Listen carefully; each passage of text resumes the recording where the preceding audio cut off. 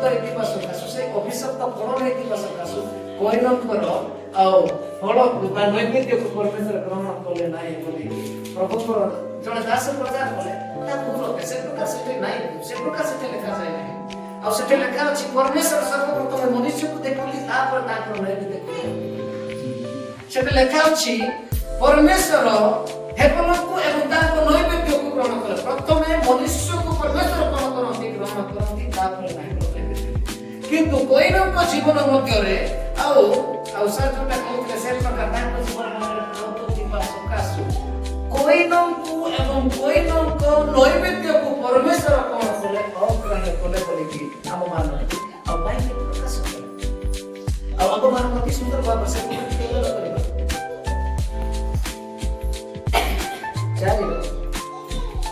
ଚାରି ପାଞ୍ଚ ଆଉ ହେବଲ ମଧ୍ୟ କେବଳର ପ୍ରଥମ ଚାଷ କେତେକ ପଶୁ ଓ ସେମାନଙ୍କ ମେଦ ଉତ୍ସର୍ଗ କଲେ। ସଦାପ୍ରଭୁ ହେବଲକୁ ଓ ତାଙ୍କ ନୈବେଦ୍ୟକୁ ଗ୍ରାହ୍ୟ କଲେ, ମାତ୍ର କୈନକୁ ଓ ତାଙ୍କର ନୈବେଦ୍ୟକୁ ସେ ଅଗ୍ରାହ୍ୟ କଲେ। ଏ ହେତୁ କୈନ ଅତି କ୍ରୋଧ କରି ଅଧମୁଖ ହେଲେ। ପ୍ରଭୁ ଗୌରବ ପାଆନ୍ତୁ। ଦେଖନ୍ତୁ କି ସୁନ୍ଦର ଭାବରେ ଲେଖା ଅଛି ପ୍ରଭୁ ଆମମାନଙ୍କର କିଛି କିଛି ଟଙ୍କା ତ ଦେଖନ୍ତି ନାହିଁ। ତ ଭବିଷ୍ୟତ ନାହିଁ ପ୍ରଭୁଙ୍କ ନିକଟ କିଛି ଅପେକ୍ଷା ହେଇକି ଆସିବା ନାହିଁ ବୋଲି ମୋର କହିବାର ଅର୍ଥ ନାହିଁ। ପରମେଶ୍ୱର ସର୍ବପ୍ରଥମେ ମନୁଷ୍ୟକୁ ଦେଖନ୍ତି। ପରମେଶ୍ୱର ସେ ନିର୍ମାଣ କର୍ତ୍ତା ଅଟନ୍ତି। ଆମମାନଙ୍କୁ ତିଆରି କରିଥିବା ସକାଶୁ ଏମିତି ବାହାରେ ଦେଖନ୍ତି ଆମେ ଯେମିତି ଦେଖୁଛୁ। ପରମେଶ୍ୱର ହୃଦୟରେ ଦେଖନ୍ତି କି ପ୍ରକାର ଭାବରେ ଜଣେ ବ୍ୟକ୍ତି ତାଙ୍କ ନିକଟକୁ ନୈବେଦ୍ୟ ନେଇକି ଆସୁଛି। କି ପ୍ରକାର ଭାବରେ ଜଣେ ବ୍ୟକ୍ତି ନମ୍ରତାର ସହିତ କମ୍ପିତର ସହିତ ଉଲ୍ଲସିତର ସହିତ ପରମେଶ୍ୱରଙ୍କ ନିକଟକୁ ଆସୁଛି। ଯେତେବେଳେ ଜଣେ ବ୍ୟକ୍ତି ଶୀତ ଅନ୍ତଃକରଣର ସହିତ ପରମେଶ୍ୱରଙ୍କ ନିକଟକୁ ଆସିଥାଏ, ପ୍ରଭୁ ଆଜି ମଧ୍ୟ ବିଶ୍ୱସ୍ତ ପ୍ରତି ପ୍ରତ୍ୟେକଙ୍କୁ ନୈବେଦ୍ୟ ଏଠି ପରମେଶ୍ୱର ପୁନଶ୍ଚ କୈନକୁ ଗୋଟେ ଅପସନ ଦେଉଛନ୍ତି। କାହିଁକି ତୁମେ କ୍ରୋଧ କରୁଅଛ? ସତ୍କର୍ମ କଲେ କି ସତ୍କର୍ମ କଲେ କି ତୁମେ ଉଦ୍ୟମ କରିବ ନାହିଁ? ସତ୍କର୍ମ କଲେ କି ତୁମେ ଉଦ୍ୟମ କରିବ ନାହିଁ? ସତ୍କର୍ମ ନ କଲେ ପାପ ଦ୍ୱାରରେ ଚକିଥାଏ ତୁମ ପ୍ରତି ତାର ବାସନାରେ ଯେତେବେଳେ ଜଣେ ବ୍ୟକ୍ତି ସତ୍କର୍ମ କରେ ନାହିଁ ବା କ୍ରୋଧ ହୃଦୟ ମଧ୍ୟରେ ରଖେ, ସର୍ବଦା ଏ କ୍ରୋଧ ଏ ପ୍ରକାର କ୍ରୋଧ ବିଷୟରେ ହିଁ ବାଇବେଲ ଆମମାନଙ୍କୁ ପ୍ରକାଶ କରେ କି ଏ ପ୍ରକାର ଏଟା କୌଣସି ସେମାନଙ୍କ ଜୀବନ ମଧ୍ୟରେ ଝଗଡ଼ା ଝାଟିଆ ନଥିଲା। ପରମେଶ୍ୱର ଏବଂଙ୍କ ନୈବେଦ୍ୟକୁ ଗ୍ରହଣ କରିବା ସକାଶୁ କୈନ କଣ କରୁଛନ୍ତି? କ୍ରୋଧ କରୁଛନ୍ତି ନିଜ ଭାଇକୁ। ଆଉ ତଳପଦ ଯୋଉଟା ଲେଖା ଅଛି, ଆଉ ପରମେଶ୍ୱର ସ୍ୱୟଂ କହୁଛନ୍ତି କୈନ ତୁମ ଭାଇ କେଉଁଠାରେ? ଆଜି ପରମେଶ୍ୱର ଆମମାନଙ୍କୁ ମଧ୍ୟ ପଚାରନ୍ତି କି ତୁମ ଭାଇ କେଉଁଠାରେ? ଯେଉଁମାନେ ବି ମୋ ନା କାହିଁକି ମୁଁ ଗୋଟାଏ କଥା କହେ, ମୁଁ ଯେ ପ୍ରଭୁଙ୍କୁ ଜାଣିକି 6 ବର୍ଷ ହେଲା ଆଉ ମୁଁ ସର୍ବପ୍ରଥମେ ଗୋଟାଏ ବିଷୟ ଶିଖିଅଛି ଯେ ନିଜ ଭାଇକୁ ପ୍ରେମ କରି ଜାଣିନାହିଁ। ଯେତେ ବଡ଼ ପ୍ରଚାର କରିଥାଉ ବା ଯେତେ ବଡ଼ ଜାଗାରେ ପ୍ରଚାର କରୁ ସେଥିରେ କିଛି ବି ଫାଇଦା ନାହିଁ। ଗୋଟାଏ ବିଷୟ ଶିଖିବା ଦରକାର କି ଯେତେବେଳେ ଜଣେ ବ୍ୟକ୍ତି ପ୍ରଭୁଙ୍କୁ ଜାଣେ, ପ୍ରଭୁଙ୍କୁ ପାଏ, ବାଇବେଲରେ ଲେଖା ଅଛି ସେ ସର୍ବପ୍ରଥମେ ନିଜ ଭାଇକୁ ପ୍ରେମ କରିବା ଦରକାର। ଯଦି ନିଜର ଭାଇ ଦିନକୁ 7 ଥର ଭୁଲ କରିକି ଭାଇ ନିକଟକୁ ଆସିକି ମତେ କ୍ଷମା କର ବୋଲିକି ଯଦି କହୁଛି, ତାକୁ କ୍ଷମା ମଧ୍ୟ କରିବ। ଦ୍ୱିତୀୟଟି ନିଜର ପିତା ମାତାଙ୍କୁ ପ୍ରେମ କରିବା ଦରକାର। এটা যদি ଆମେ କରୁଛୁ ତାପରେ ସବୁ ବିଷୟ ଆମେ ମାନେ କରିବା ପାଇଁ ଆମମାନଙ୍କୁ ଶିକ୍ଷା ଲାଗିବ। ଅନେକ ସମୟରେ ଆମେ କଣ କରିଥାଉ, ଆଗକୁ ଯାଇକି ମୋ ବିଷୟରେ କେହି ମଧ୍ୟ ଜାଣି ନାହାନ୍ତି। ଏଠି ଯେଉଁମାନେ ଭାଇମାନେ ଆସନ୍ତି ସେମାନେ ହିଁ ମୋ ବିଷୟରେ ଜାଣିଛନ୍ତି।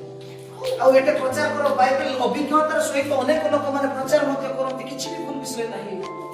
କିନ୍ତୁ ପ୍ରାକ୍ଟିକାଲି ଯଦି ଆମେ ମାନେ ଦେଖିବା, ଯେଉଁମାନେ କି ବାସ୍ତବରେ ହୃଦୟର ସହିତ ନିଜ ଭାଇମାନଙ୍କୁ ଉତ୍ତମ ପରାମର୍ଶ ଦିଅନ୍ତି, ନିଜର ପିତା ମାତାଙ୍କ ଆଜ୍ଞାକାରିତାର ଜୀବନ କାଟନ୍ତି, ସେମାନେ ଯେତେବେଳେ କଥା କହିବେ ପିତାଙ୍କ ଭାବରେ ପରମେଶ୍ୱର ସେମାନଙ୍କ ମୁଖରେ କଥା କୁହନ୍ତି ବୋଲି ମୁଁ ମନେ କରେ। ପରମେଶ୍ୱର ଏହା ଚାହାନ୍ତି ଯେତେ ପର୍ଯ୍ୟନ୍ତ ଆମେ ନିଜକୁ ସଜାଡ଼ି ନାହୁଁ ସେତେ ପର୍ଯ୍ୟନ୍ତ ଆମେ ଠିକ ହେଇପାରିବା ନାହିଁ। ଯଦି ଆମମାନଙ୍କ ଜୀବନ ମଧ୍ୟରେ ଆମେ ଟିକିଏ ପାଇଁ କ୍ରୋଧ କରୁଛୁ, କ୍ରୋଧ ଏ ପ୍ରକାର ଅଟେ, କ୍ରୋଧ ମୋ ଜୀବନରେ ଆସୁଅଛି ତ ମୋ ସାମ୍ନାରେ ଥିବା ବ୍ୟକ୍ତିକୁ ମଧ୍ୟ କଣ କରେ, ସେ କ୍ରୋଧ ଏ ପ୍ରକାର ନିଜକୁ ତ ମୁଁ ମାରୁଛି ମୋ ସମ୍ମୁଖରେ ଥିବା ବ୍ୟକ୍ତିକୁ ମଧ୍ୟ କଣ କରୁଛି।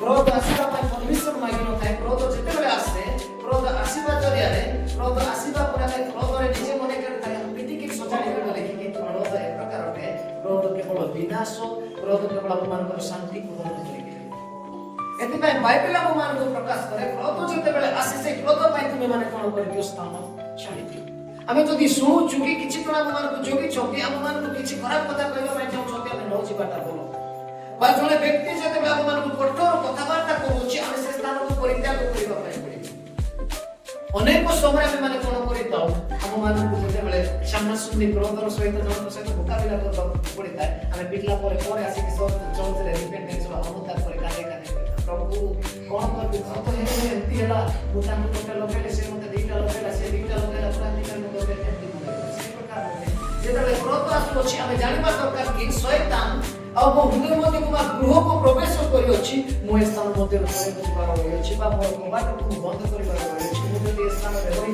तेबे नितांत मौजूद है किछि अनेक बाइबल में क्रोध विषय लिखा अछि मो क्रोध विषय और पुस्तक क्रिश्चियन को लक्षण विषय लिखा अछि 12 प्रवेश करे क्रोध पाने सामशाली बा आवश्यक अटे द्वितीयटी लोभ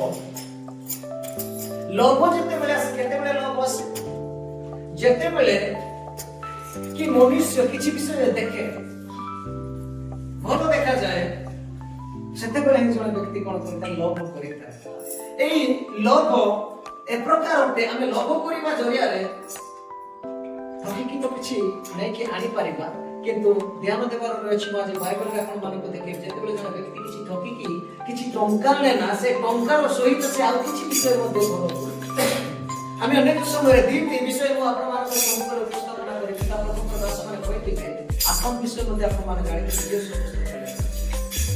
जेते बेले औ आखन कोन करूछंती लोभ करूछंती आखन लोभ करिबा द्वारा कोन करूछंती समस्त तांक परिवार सहित तांक को पड़े कि तांक मोरा आउ जनकर दास विषय जदि पढिबे आपण माने सामु राजा बळी रे लिखा अछि जे कि किहे छी अटंती जे कि प्रभु को